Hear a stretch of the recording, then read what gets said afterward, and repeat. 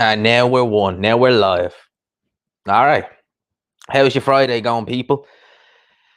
It's been a flipping hectic week, lads. I'll tell you that. So the streams. I wanted to stream on Wednesday, but there was so much going on that day. I was like, yeah, that ain't gonna happen. So I normally don't do it this late in the week. But it is a bank holiday. It's a 3-day weekend. So we get some stuff in. Shout out to Dan. Big up to Dan. He's the guy who designed the thumbnail for this video, so big up to him. It actually looks quite well. You know, it looks quite well. I like it. G-Man Boxing live stream, AJ Fury. I like it. I like that one. So big up to Dan. Shout out to him for doing that. I appreciate that, man. I really do appreciate that. So happy out for that, man. Big up to you, man. Every single time we get a few in the building and we just start talking. Eddie Hearn is saying AJ has already started camp for the Fury fight in July. We're hearing John Fury say that it's not happening, right? Well, it's not happening until, November or something with an interim fight. It's a bit all over the place, mate. God only knows what's happening with that. I really, seriously, this fight, right? I just want to know what the hell is happening, when we're going to get the announcement. Because I really did think if it was so good as they were making it out, we'd get the announcement last weekend on the White Paveckin card. We didn't. John Fury lost the plot. Yeah, he called out Eddie Hearn. He said that he wants, he wants AJ as Tyson Fury's, like a tune-up fight in June or something like that. You know what John Fury's like. You give him a camera and you tell him he's on and you get him to do a call out, he will cause mayhem.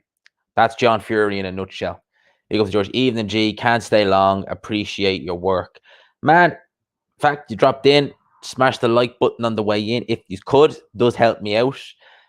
I'm not going to say anything else, right? I'm not going to say it doesn't something, but put it like this, right? You get 30,000 days on Earth if you're lucky.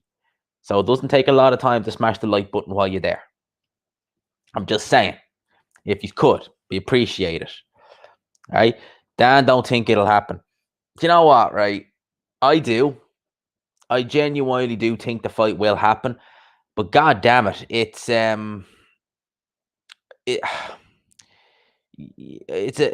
all over the place, mate. That's what's happening with this fucking fight. It's like with Joshua Wilder, from the get-go, there was so much stumbling blocks. There was so much back and forth with that. With this, there isn't. So you think like both guys want it. It's a massive fight in the UK for undisputed, etc. You think both guys would just want to get it over the line. But God only knows what's happening. I really don't understand it. You know? I really can't get my head around what's happening. And like, some people are talking about the location. Eddie Hearn's mentioned the UK.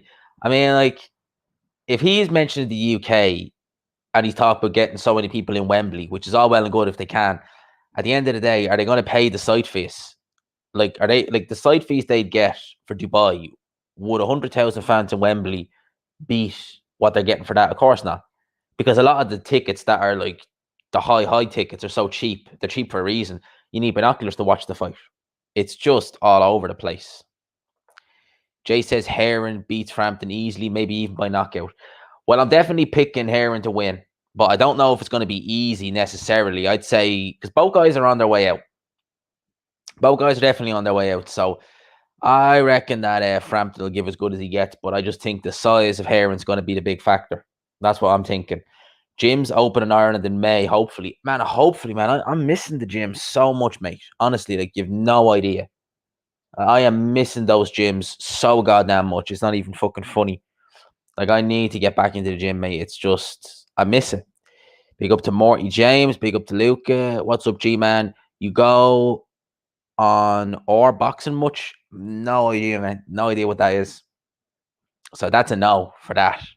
Shout out to Halim. Big up to you, man. Smoking Joe every time.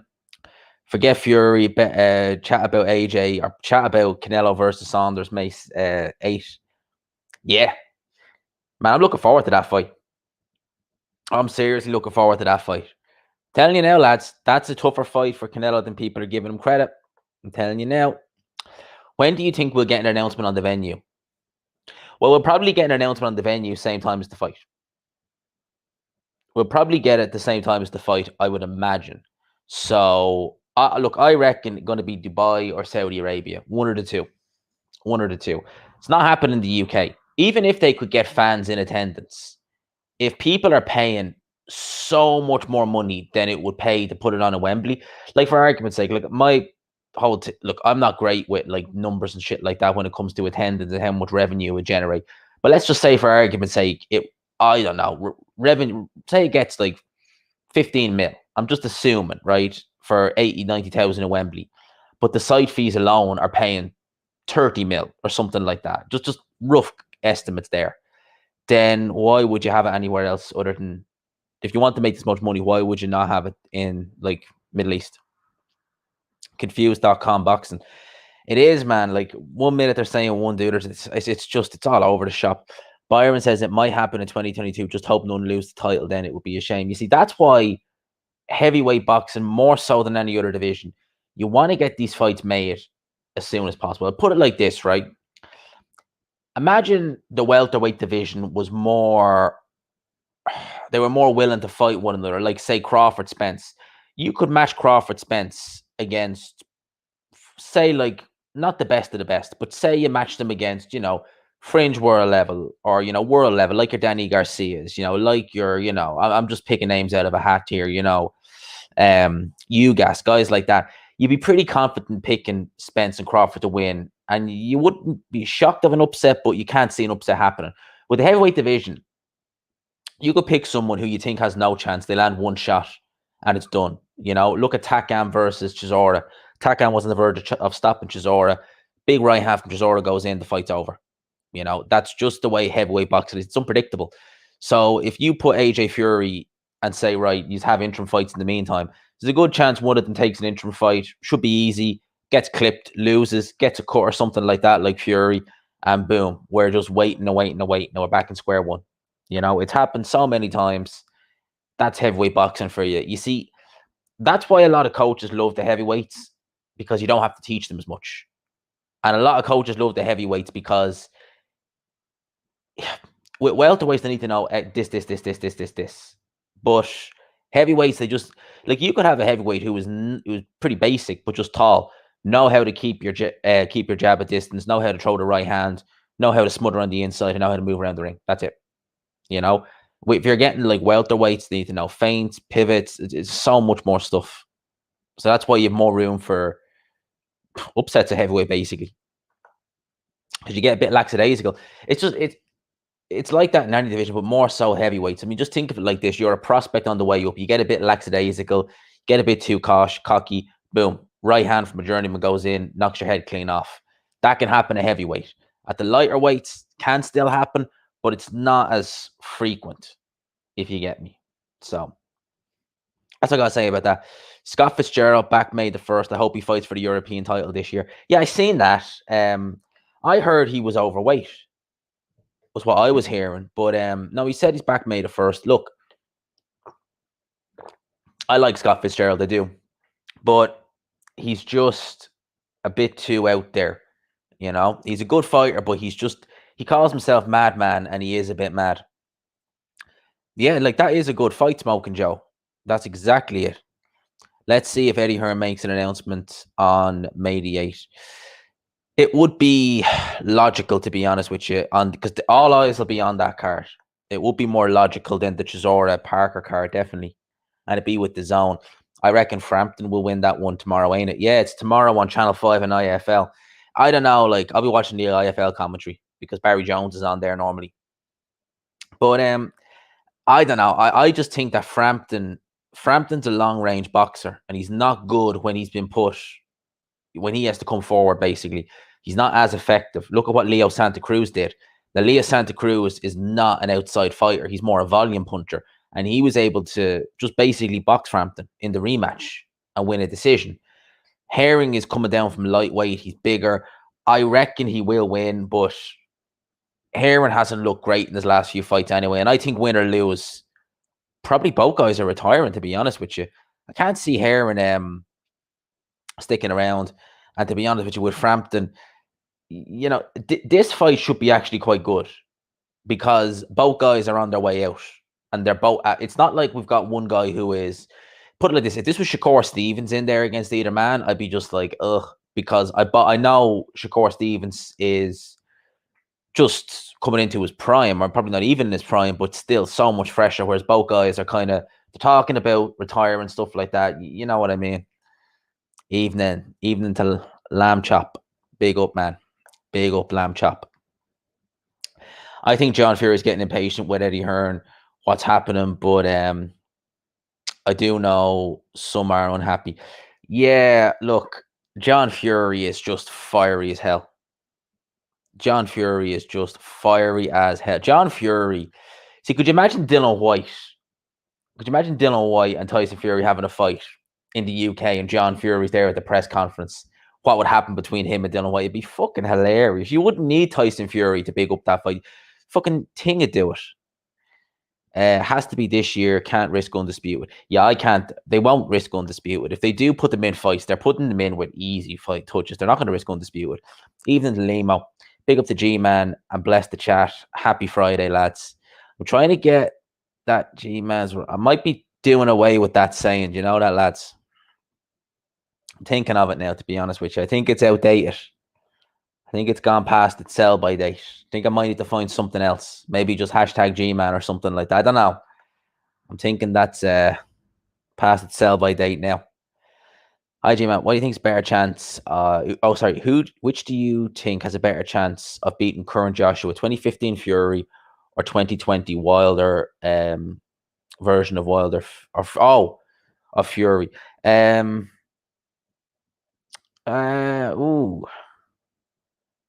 That's a good question, actually. I thought you were asking about Wilder, but that's a good question, actually. You see, the Fury of 2015 would primarily, like with Peter Fury, it was just boxing the back foot, safety first. I don't know. That's a good question, actually.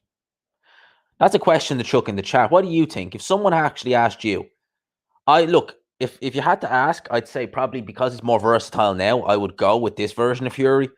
But the 2015 version of Fury, that's interesting. 1 sec, I'm just checking the text here.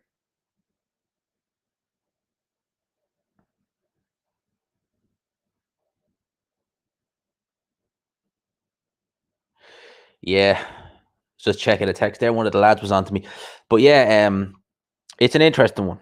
It's an interesting one. I would go with this version of Tyson Fury personally. That's a good question. Jim, can I ask your opinion on why people perceive Chisora to be a good fighter when he's never won any fight of note? I'd say it's the fact that he's never... look, he has 10 losses. That's not good. But I think it's the fact that in every fight he's had, he's always looked like he belongs. Maybe not in terms of winning, but he's never been just blown clean out of the water. I mean, the only person to ever really ice Chisora properly was David Haye, and that was early. But other than that, Chisora has always been durable. I think it's the fact that he's probably not world level, but he's European level, but he can hang at world level. People just assume he's better than he's good as he is. Chisora, if he had been with a different trainer other than Don Charles earlier on in his career, he could have been something. He could have done something, because I always felt that Don Charles was holding Chisora back for large parts, because Don Charles wasn't giving him the correct instructions. And it's only really when he left Don Charles in 2019, you started to see a much, much more improved Chisora. And I think when Chisora is on it and he's focused and he's motivated, he does give a lot. He really does. Big up to Ra every time. Evening, gents. Big up to you, man. Chisora might have a lot lost, but almost every one of them he's gave a good fight. Yeah, I think it's because he always gives a good account of himself, right? He's not one to just go and get blown out of the water, even when people think, his time is up. And I think that's another thing. Even when people think Chisora is washed, because I'm telling you now, 5 years ago, people thought Chisora, he's washed, and then he's fighting Dylan White and looking pretty good against Dylan White in defeat. He's back on pay-per-view. He just always seems to be able to find that something just to keep his career going. It's the craziest thing, and it really does show that a loss really isn't the end of the world, because he lost 3 fights back to back from 2011 to 2013 and still kept on going. I really dislike Parker's relationship with Fury. I hope Chisora knocks him out cold. Yeah, it's a strange old relationship, isn't it? Like, he's really pally with Tyson Fury. You know, he really is. It's a strange old one. It really is. It's a strange old relationship he has with Tyson Fury. It's real, like, you know, he almost looks at Tyson Fury like a big brother. That's the best way you can kind of describe it. See, it'd be different if they were related or something like that. You might be able to say, all right, that's fair enough. Or if they'd been, you know, pals since they were very young. Like, I know Tim Bradley and Terence Crawford, they went back along. They were mates for a while. And when Bradley was fighting, he said he wouldn't fight Crawford and vice versa because they were such close mates. But with Parker, it's like they only really met for the first time, I think, at the Hughie Fury fight. You know, when Tyson Fury was there in Hughie's corner. Well, he wasn't in the corner, but he was there supporting Hughie Fury. And they've been pally ever since. It's a bit like Fury should be someone you're targeting, not, you know, cozying up to him, being all pally. It just was a bit weird. It is a bit weird. I'll say that. You know, I got Frampton stoppage. He's got more in the tank. Frampton's not a massive puncher though, and he knows what he's got to do against a tall opponent. I don't know. I just from the get go, I've always felt Heron would take this fight. I've always felt Heron would take this fight. Why is John Fury, Fuhrman with Herm, Aaron and Warren are equally responsible for not making the fight? You know what John Fury's like. We all know what John Fury's like. John Fury, just, you leave him to his own devices, he will just cause havoc. That is John Fury in a nutshell.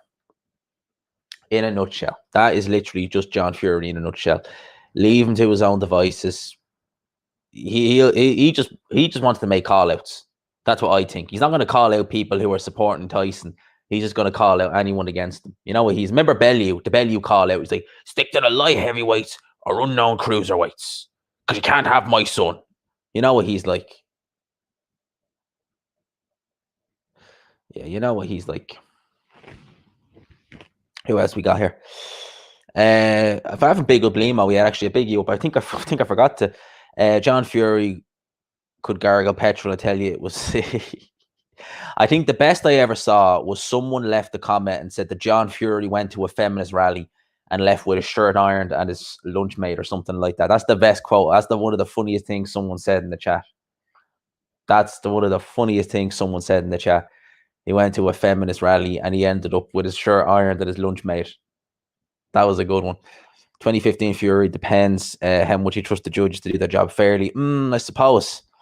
This one's more versatile, this Fury.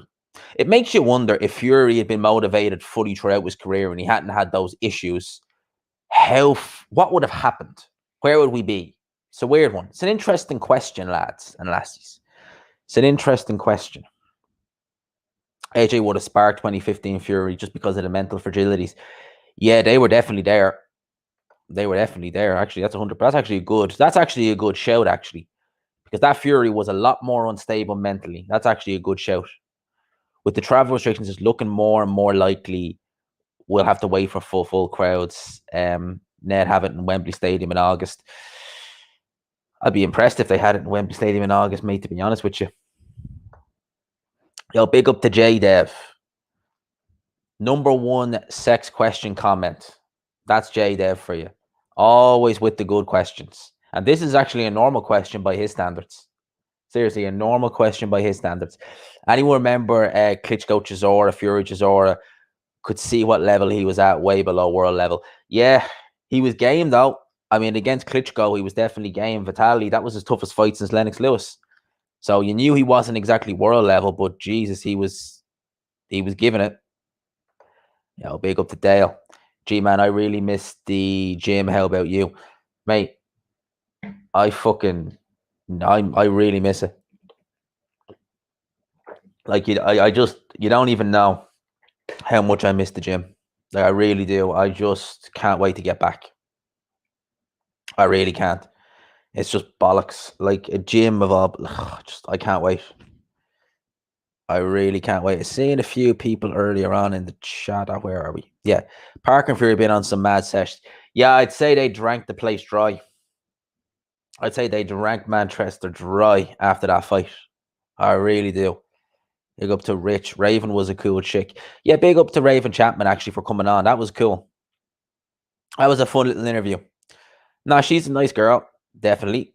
So big up to her. And that interview has done better numbers than all my male interviews that I've had. Seriously. I've done Spike J. Harris and Maxie Hughes, and that's done better numbers than all of them in shorter time as well. So big up to her. Got a big hurry up for that. Yes, big up to Joe. How are you, my man? How are you? Hope you're all well. What's up, G-Man? For me, a motivated Chisora can outwork and outpoint Joseph Parker, Heron to beat Frampton on points too. Well, I'm with you on Heron to beat Frampton, Joe. 100%. I'm picking Heron to beat Frampton on points as well. If I'm wrong, I'm wrong, but I've got a feeling Heron will do it. We'll pull it off on points. But in terms of Chisora outworking Parker, you see, I'm wondering why he's got Buddy McGurk. I reckon he's going to try and box him. That's what I'm reckoning.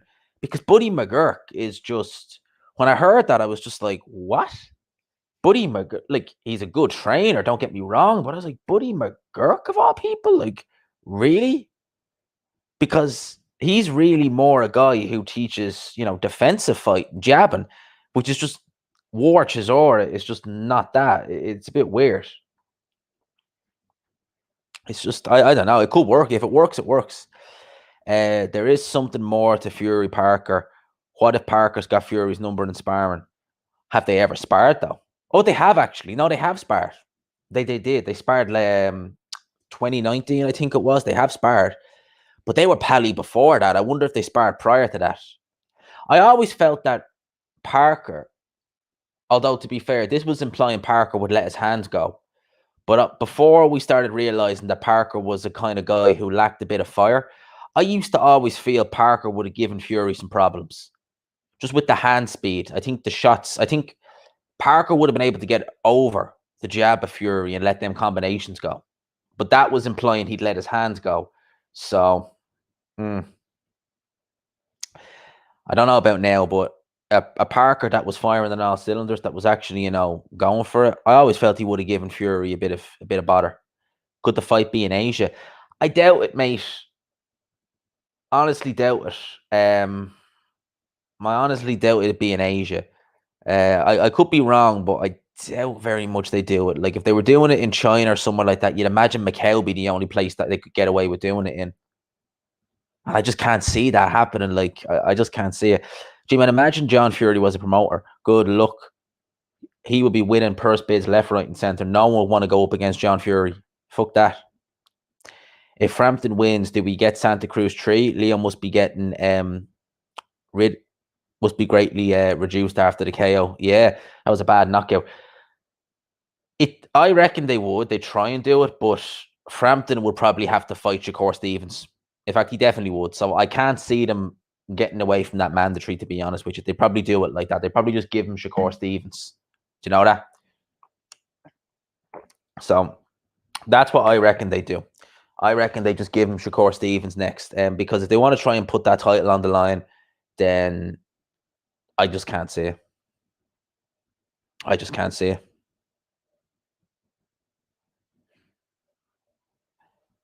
All right, we are here. What does that say? Paris Fury is fit. Fair play to Tyson. I'm in a majority who looks at Paris Fury and thinks, meh. I don't really, not really. Not really. I don't know. I don't see that. I really don't see that. But each to their own. If that's what you think, mate, there you go. Each to their own. What do we have? Oh, yeah. What's that say? G-Man combed his hair for the Raven interview. No, I gelled my hair. No, I gelled it and combed it. Your boy's got to look good when he's doing an interview. I'll just leave it there. And I would have done the same if I had a male on. Fury hasn't fought in 13. Yeah, the longer they leave it, the worse he's going to get. The more rusty he's going to get. Seriously. Who do you think, Oscar? Oh, man, I'm not even looking at that, to be honest with you. I think that's bollocks. He's been saying that for years. I remember in 2015 he was saying that he wanted to come back and have a fight with Mayweather. He's been saying it for you. I wouldn't. I'm not paying any attention to that, to be honest with you. Seriously, I'm not. I'm not paying no attention to that. G-Man, have you noticed how short Frampton is? He's a tiny Irishman, almost a leprechaun type character. Nice guy though. I seen Frampton in person in Belfast a few years ago, and I couldn't get over how small he was. Like, he really is. He's a cool guy, but he's very small. Like, I was kind of taken aback when I seen him walking. I was like, holy shit. Like, he really is quite, he really is quite short, Like, I was just like, holy shit. I got taken aback by that. I think the most entertaining thing about this AJ Fury will probably be the press conference for the crack. John Fury having digs at Eddie Hearn live in the flesh. Eddie Hearn would wind up John Fury. Eddie Hearn would wind the hell out of John Fury. You know that? He really would. He'd have a field day with him. And the madder John Fury gets, the better it is. There really is, the better it is. G-Man, if Fury takes an extra fight, should it be White? There are so many flaws. Yeah, like, I'd be one who would definitely be picking Tyson Fury over Dylan White. Definitely. But I still like that fight. It's a good fight. I think that might be just a bit too... They might look at that and think it's too much of a risk, potentially. But that's a good fight. I wouldn't mind seeing that fight. I reckon if they give Fury, they'll just give him a Caballel or a Takam. They'll give him a top-ranked guy.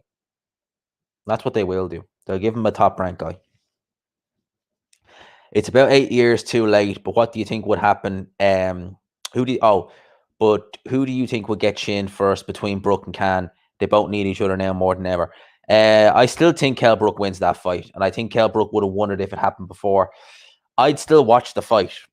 I don't care about it as much as I did back then, but for nostalgic reasons, I would, because when I was watching, when that fight was being talked about so much, like, boxing to me was just, I was like, I wish I was making videos at the time, because, like, I was just in love, like, I still am, but I was just boxing fanatic back then.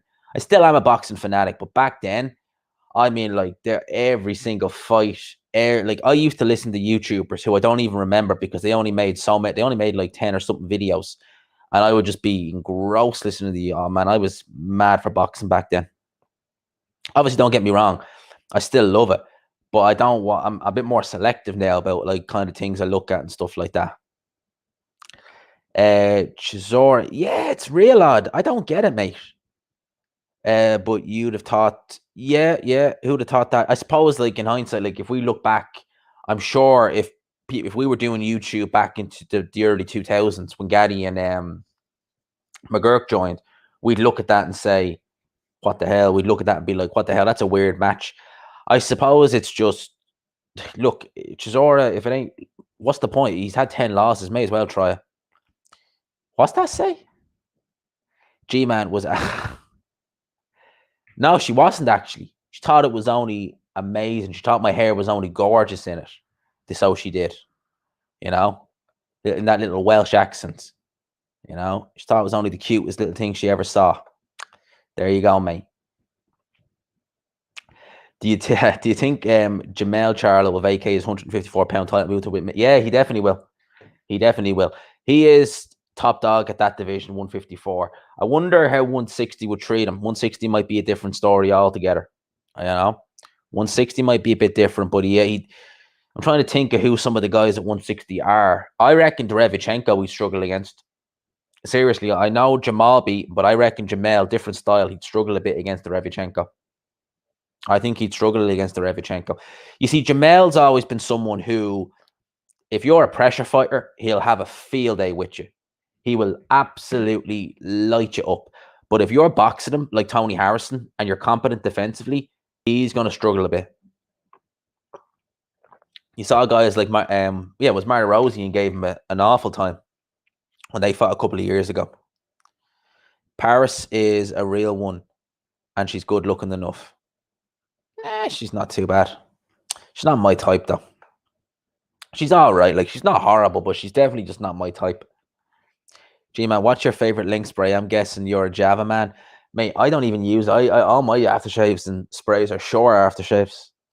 Literally, that's the ones I buy. I don't know what. Well, I use Lynx, but I don't even pay attention to which one it is. Mainly use Sure, mate. It won't let you down. The special one, the special. You still don't understand special. How do you take care of the last few threads on your ripped jeans? I can't give away all my secrets, mate. I can't give away all my secrets, but they don't call me the king of ripped jeans for nothing, you know? Even though I'm the guy who made that name up. I can't give away all my secrets, mate. But if it ain't ripped, it ain't going on you, boy. That's a fact. Oscar should start an OnlyFans. Oh, Jesus Christ. Did anyone see Harley Quinn? He put up a video or image of him in an ice bath. And he's like, I thought these days were over. I mean, God almighty. He makes me laugh so much. Oh, look who's in the building. Big up to Ade. And appreciate that, man. Thank you. £10 super chat, bro. Thanks so much, mate. Big up to Ade Oladipo every single time. Name spot on. Big up to you, my man. Glad you're here. Good chat, my man. Thank you, my mate. Anytime. Hopefully we'll have a chat the weekend. But appreciate the support, man. Seriously, you don't want to do that. But, man, appreciate it. Thanks, no, thank you. That's the great thing about StreamYard, right? I love your streams. And they're great fun to listen to. But I love being able to just click on a comment like that and just be like, there it is. Read it out. And at least then if I'm struggling a bit to pronounce it, I can be like, well, it's on the screen for all you to read. If I'm struggling a bit or anything like that. But I appreciate you. Most people know, but if you don't, big up the Box Talk with Ade. One of the best around. And an all-around good guy. Like to see Gorman versus Wadley on the undercard of AJ Fury. Fat Nathan to take it. Yeah, Wadley didn't look amazing. He really didn't look amazing against Molina. It did make you wonder if Molina came in there with a bit of ambition and he actually was in semi-decent shape, how that fight would have went. Although Nathan Gorman took care of Pavel Savas in 2 rounds last weekend, but he was very heavy. Like he's still in the 270s. Now we gave him the benefit of the doubt against Richard Latte when he was in the 270s because let's face it, he hadn't been out in the ring in over a year. Come off back of a loss. By his own admission, he went through a few things. But for the next fight, it's a bit strange. He really is. I really wonder, is there something going on? I reckon because Nathan Gorman is a bit like Andy Ruiz. Like he's not as good, but there's a problem there if the guy is in good shape because he can box. He has fast hands. And if he can get into decent shape, Nathan Gorman's a problem. The general consensus when he fought Dubois was that was a pick and fight. Seriously, because remember, in hindsight now, looking back, you could say, well, Dubois wiped the floor with him. But most people, I remember even Hatman saying, that's a pick and fight, and he was leaning with Dubois on points. The general consensus around the time with Nathan Gorman was that this is going to be a tough fight because he took care of Sean Turner in a couple of rounds. And Filip Hrgovic went 8 rounds with him. Sean Turner popping out a triple jab in the last round, which was funny. Jake says, Ade brought me here, mate, about saying how good your channel was. Yeah, he could not have been more right. Great channel. Greetings from Newcastle. Mate, I appreciate all that, man. I really do. Honestly, I love seeing comments like that. No, I just try and just keep it, do what I do, man. Just keep it as honest and objective as I can. That's literally it. That's literally all I do here, mate. Just talk boxing, just keep it, and just only box. Now, I don't want to do, I don't like, going out being like, oh, you need to do this and this. It's not me. Not me at all. G-Man, what boxers do you think had the toughest upbringing? Oh, lordy, Lord. Lots of boxers have. That's one thing. I remember one of my friends, he wanted to start boxing. This was years ago. This was about 8 years ago. I was boxing at the time in the gym. And I remember he turned around to me and he said, I'd love to learn how to box, go to the gym. And I said, why don't you? And now bear in mind, we're about 20. I want to say about 20 years old at the time, maybe 21. And he turns around to me and he goes, I wouldn't mind learning how to box. And I said, oh, well, why don't you? He's like, man, I can't learn how to box. I said, why? What's stopping you? Well, I didn't have a rough upbringing. I was like, what? I was like, I did. Neither did I, but that didn't stop me. I was like, that's. But he's like, yeah, but all these boxers have had rough. I was like, so what? Just because the majority have doesn't mean it means it's off limits to you. It's not as clear cut. Like, how was your upbringing? Oh, it's brilliant. Oh, fuck you. You can't be a boxer. It's not like that. It is a bit It's a bit weird, like the way people are with that. Oh, good question there. Actually, wait, click on it. Gee, what good movies have you seen lately?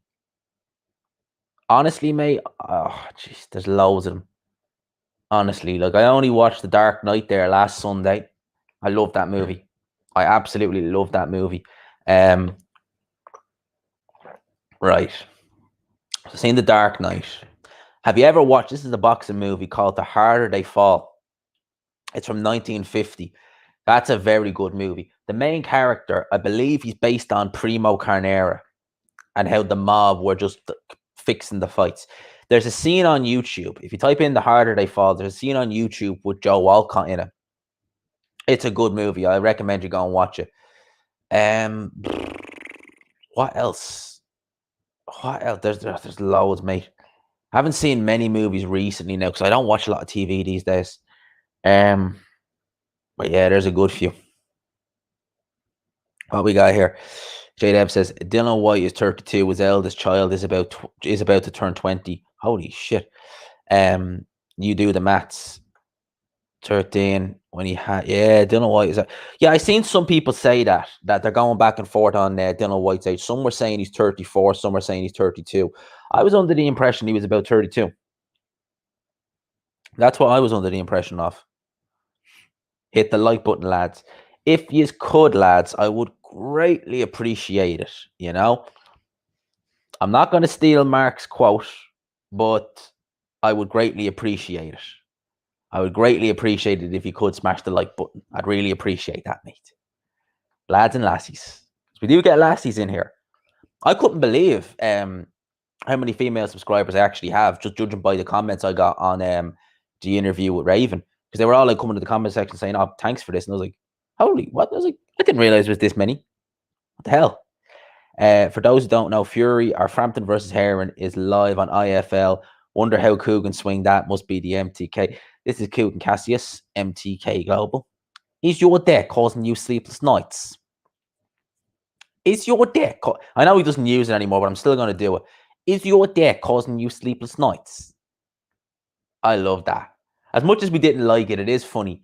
Is your deck causing you sleepless nights? KO it with deck KO. That's my English accent there. That's my English accent there, son. Sounds nothing like Coogan either. Cinderella Man is a brilliant. That's my favorite boxing movie. Rockies, the Raging Bull, all that. I love Cinderella Man. Honestly, I love Cinderella Man. It's my favorite. It's just the story. I mean, there's a rough story. Jim Braddock. If you type in Cinderella Man on YouTube, actually, right? There's a good little. It's like. How do I describe it? It's like a documentary / movie, if you get me, where they have actors playing Jim Braddock, and it's based upon Cinderella Man because they're plugging Cinderella Man in it, but it's not the same actors. It's really good. I watched it years ago. I can't remember what it's called, but it's really, really good. One of the actors voices one of the characters in GTA 5. The wife of Jim Braddock in that doc. If you just type in Cinderella Man on YouTube, you'll see it. She voices one of the casts in GTA 5. Big up to Jake. Sorry about that. I only got to it there. Do you like Rory stories? No, I don't. I've seen and heard of him, but it wouldn't be something I'd watch, mate, to be honest with you. There's a lot of podcasters here in Ireland that I wouldn't follow at all. And there's a lot of them here that I wouldn't follow. At least I'm fairly sure he's in Ireland. I know I've heard of him, but there's a few that I just wouldn't follow. Yeah, Crow was great. Cinderella Man was epic. Yeah, Cinderella Man's it is my favorite. You know, it's just the story that's told in it. Renee Zellweger and Russell Crowe. It's a great movie. And Jim Braddock's granddaughter she's in that movie too. She is the widow in that movie. Jim Braddock's granddaughter. It's a great movie. And yes, I wish they won't do that as well. I would love a movie like that. I wish a blockbuster movie about Jack Johnson's life and career would be made. I would love that. That would be such a good movie. Honestly, that would be holy mother of God. That would be something else. Yeah, Jack Johnson movie would be incredible. I mean, oh Lord, that would be amazing. It really would. Max Baer was painted in a very bad light. Yeah, his family weren't very happy about that either. Because as we all know, Max Baer, for those who don't know, Max Baer killed a man in the ring, Frankie Campbell.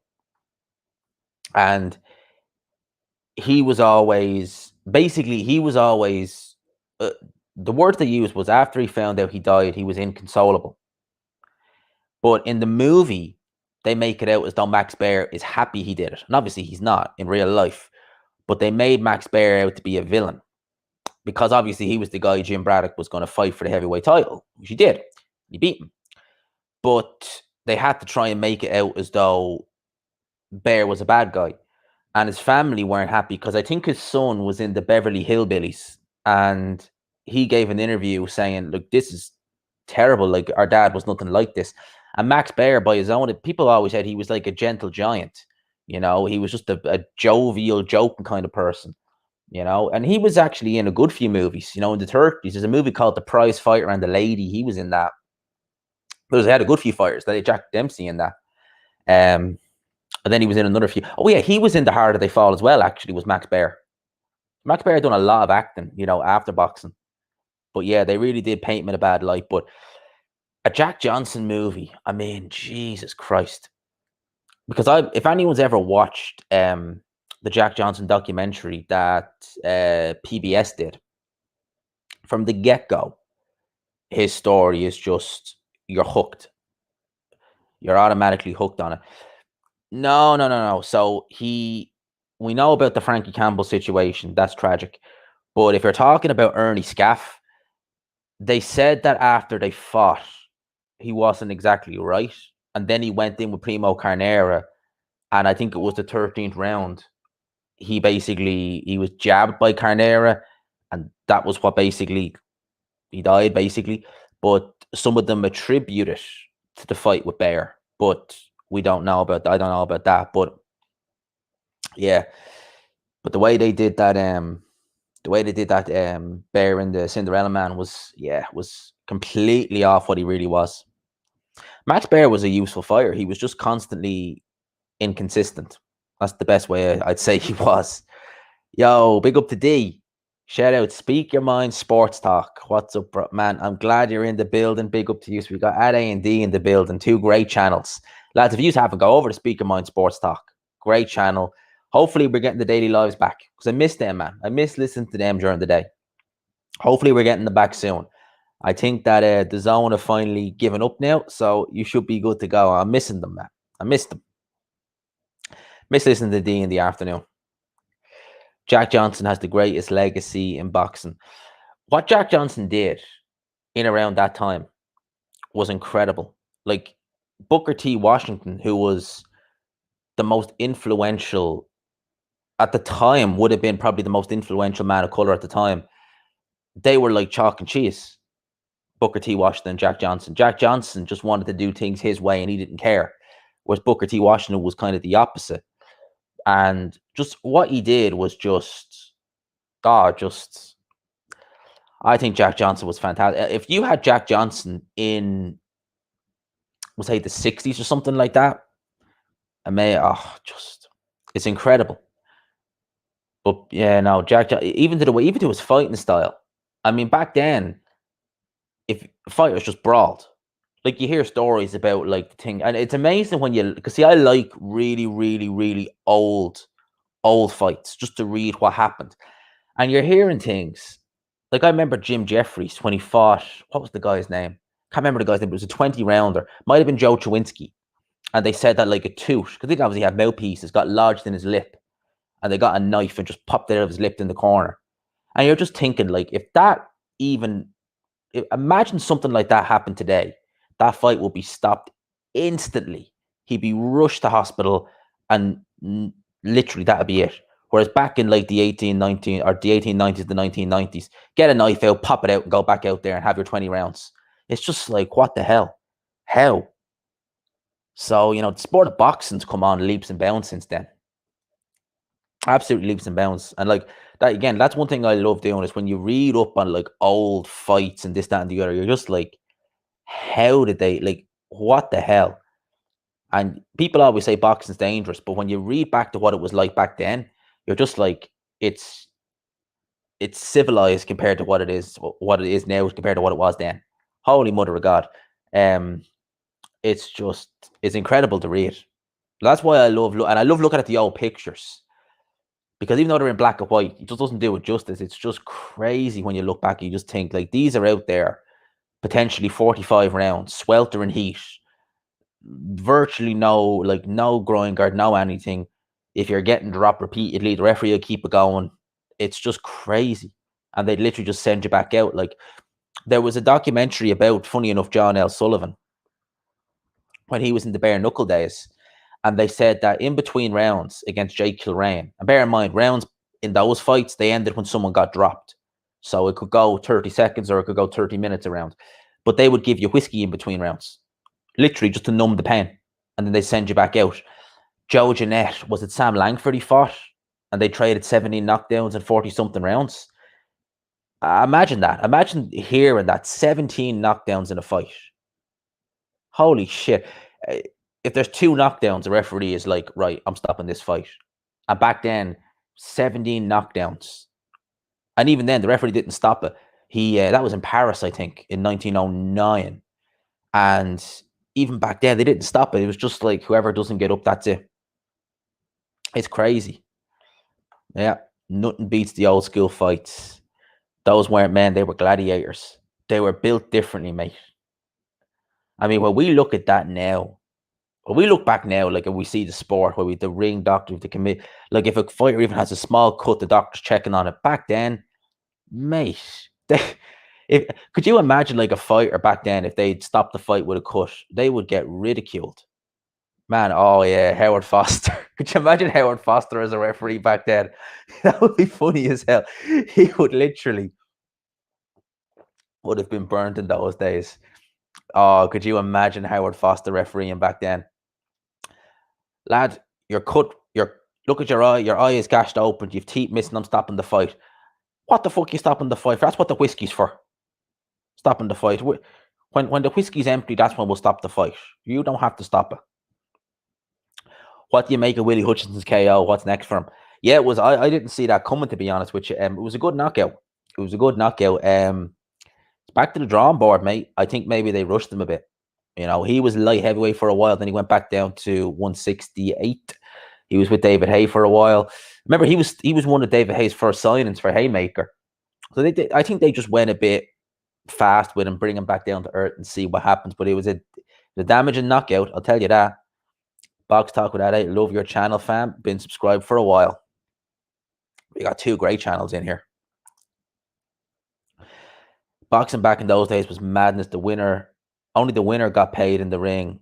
Striving incredibly, really. Yeah, it's just, I can't comprehend what it would have been like in those days, like just going to see a fight. No one, like, I think I remember Jack Johnson in 6 rounds. He fought a guy called Joe Grimm.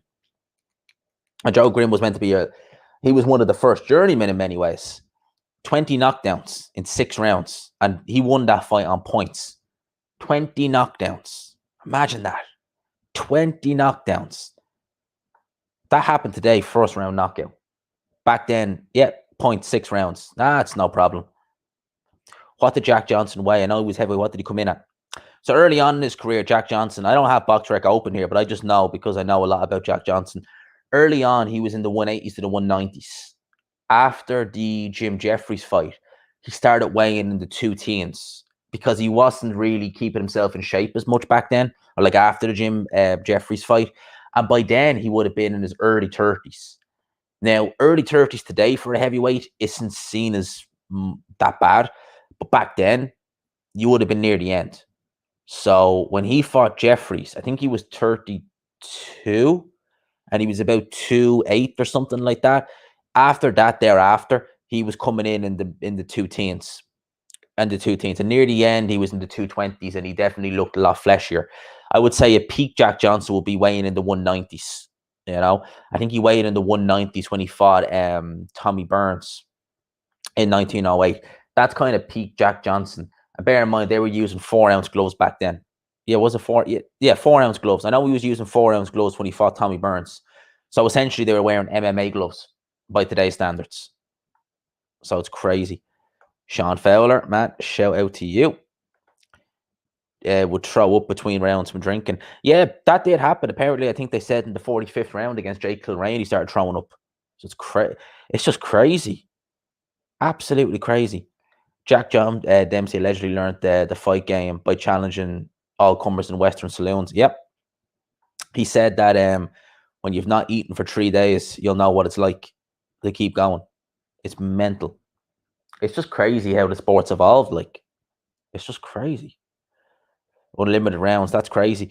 I think they said the longest fight in history was 100 and something rounds under Queensberry rules.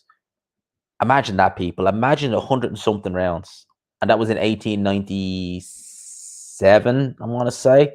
I know it was in the 1890s. But yeah. Yeah, Marciano. So that was against, click on that. Yeah, that was against Ezra Charles. And the cut was so deep in his nose. Again, that cut today, they would have stopped that. Instantly, that would have been stopped with a cut like that. Instantly. Speaking of modern day refs, who's your favorite? I like Jack Reese and Steve Gray. I like Steve Willis just for the facial features. He really loves his job, doesn't he? So I love Steve Willis just purely for the entertainment purpose.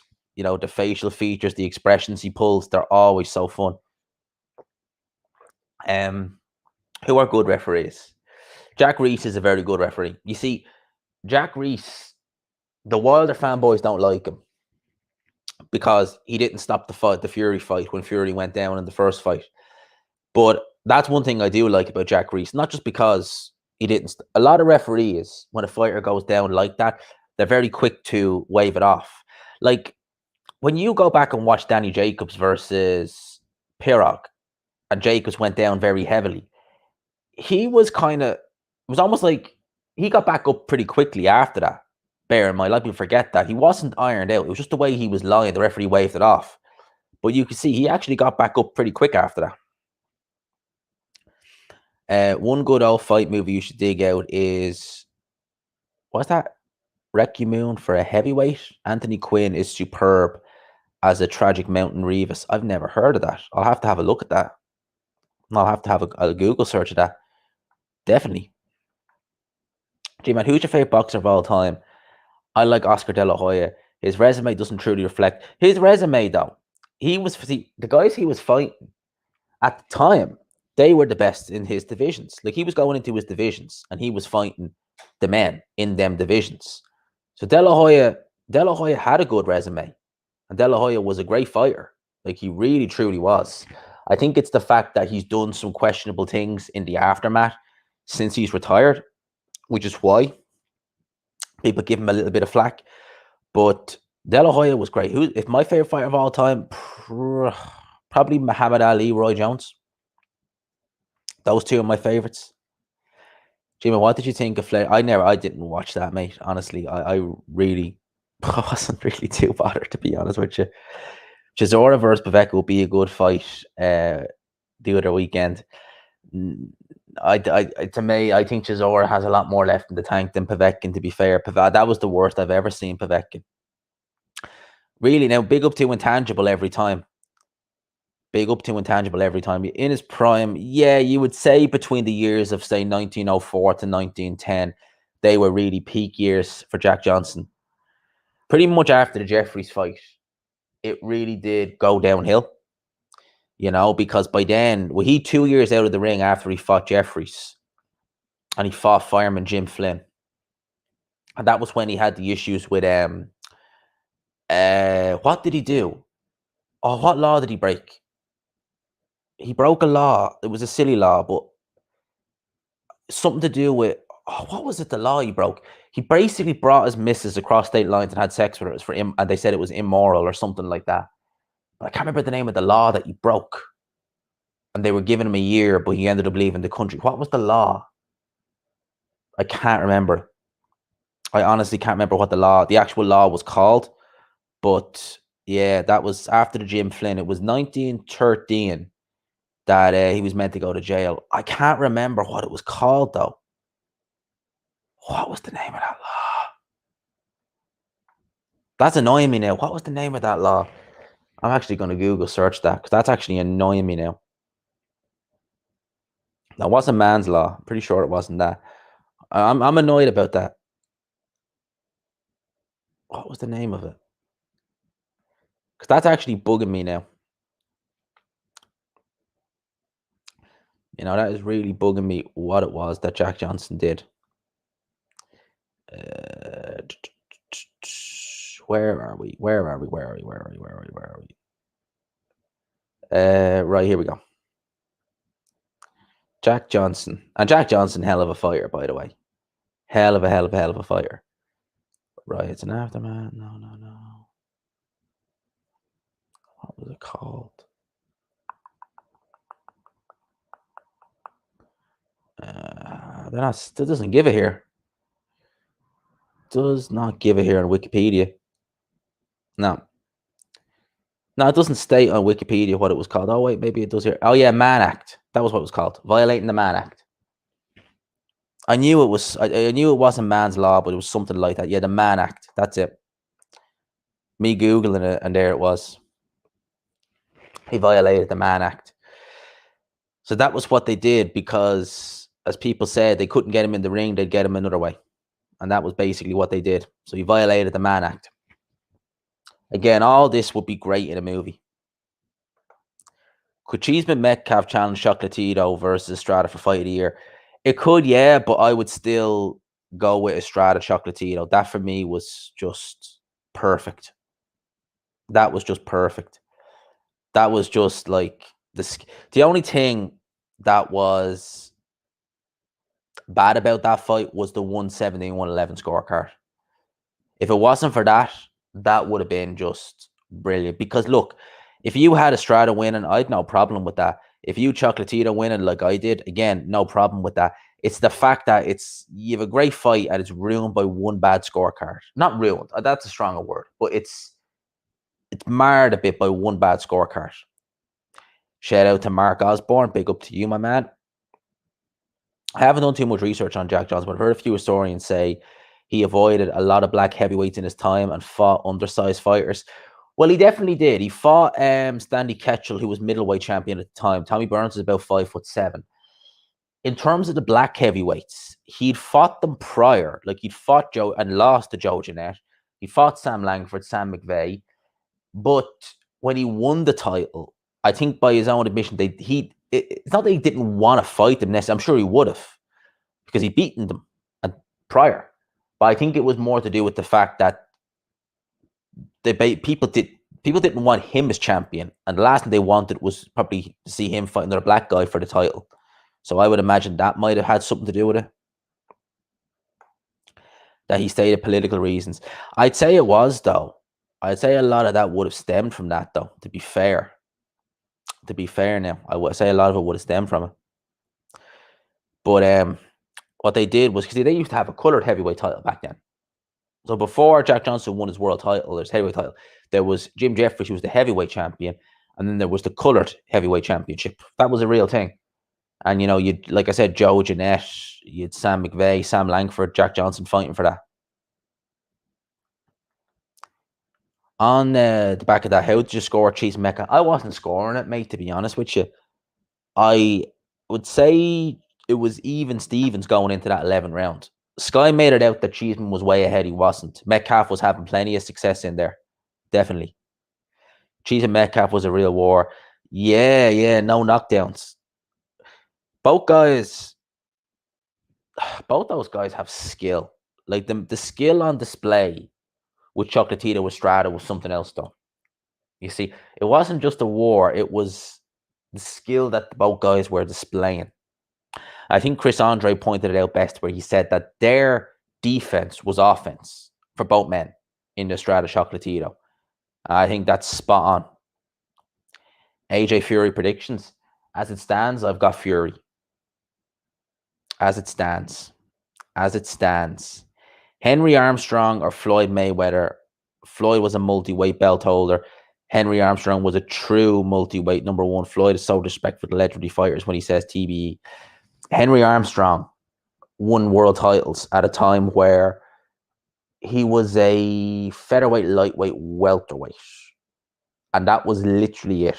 So you went from featherweight, you went from lightweight, and these were like 10-pound per division jumps. It wasn't like you can go from featherweight to super feather to lightweight to super lightweight to welter. These were big jumps. And Henry Armstrong was doing it. Henry Armstrong was a hell of a fighter.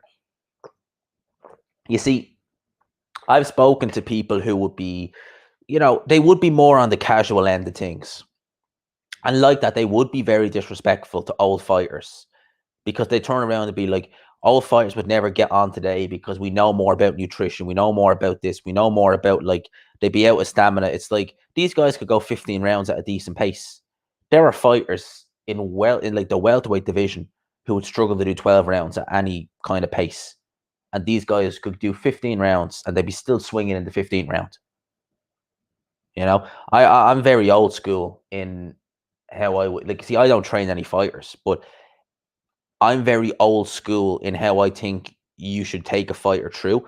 So, like, I know Brendan Ingle used to talk about this, that he used to hate when he'd hear these strength conditioners say, you need to do this, this, this, this, this, this. Again, like, I'm like that as well. Like, I stick to the old school. I love the old school techniques that are taught to people. I'm very old school when it comes to boxing. Very, very old school. I believe in it. And I believe that the genuinely running is something that not a lot of fighters do. I know with heavyweights is not as straightforward because they're so big, but definitely I'd be very old school. I believe that running is one of the best things you can do. Salute to Brendan Ingle. Yeah, Brendan Ingle was a hell of a trainer. Hell of a trainer. Big up to Brendan Ingle. R.I.P. A lot of old footers I've seen pretty poor technique offensively and defensively. Some of it can be. Some of it definitely can be. You will see that, especially in the really old school, where it was more about who had the bigger cojones. Definitely, But that was always the way. I think it's more modern times. They've really switched to defensive boxing. In these more modern days, it is more about defense in boxing. You see that with a lot of fighters.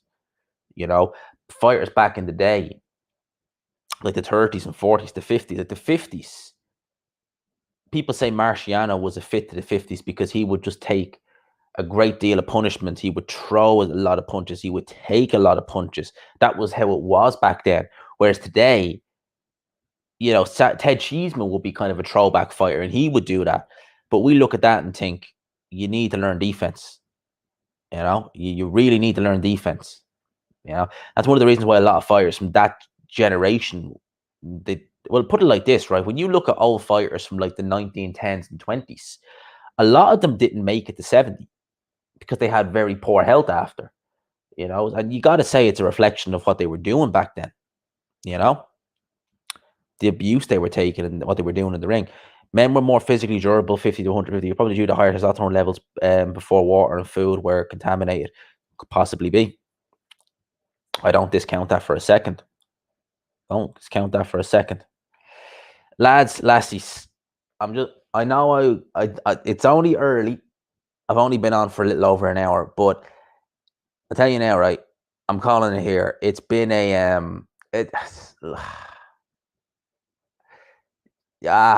do I word it? Do you remember yesterday in that video where I said, things were looking good for you, boy? Well, things can change in the space of a day, and they did. So I'm calling it here. It is what it is, but I enjoyed this. It was nice to take my mind off things for an hour. So I'm calling it here. I will do some videos after Frampton and Warrington, or not Frampton and Warrington, after Frampton and Heron. So it's on IFL or Channel 5. I'll take IFL because I prefer having Barry Jones on commentary. But for now, lads and lassies, I'm just going to leave it here. I'm just going to leave it here. So, people, right? I hope you enjoyed the stream. I really do. Hope you all enjoyed it. Hope you have a great Friday. Hope you have a great weekend and we get some good fights. Shout out to Liam. Take it easy, bro. Hope everything. Look, it I don't like giving much away on here. It'll be fine. I'll live. But big up. My comment will trigger you. Big up. Yeah, no, thanks for all the lads in the chat. It's great. It's great to have all you guys. Lads and lassies, like I said, we will still stream Sunday. Easter Sunday live stream. How about that? Easter Sunday live stream going to a bank holiday. How about that? And we'll take it from there. But for now, I'll leave you. Like I said, hope you have a great Friday. Things will get better. They will. For now, call it quits. Salute to everyone in the chat. Great Friday. Great evening. Hope you all have a safe weekend. Big up.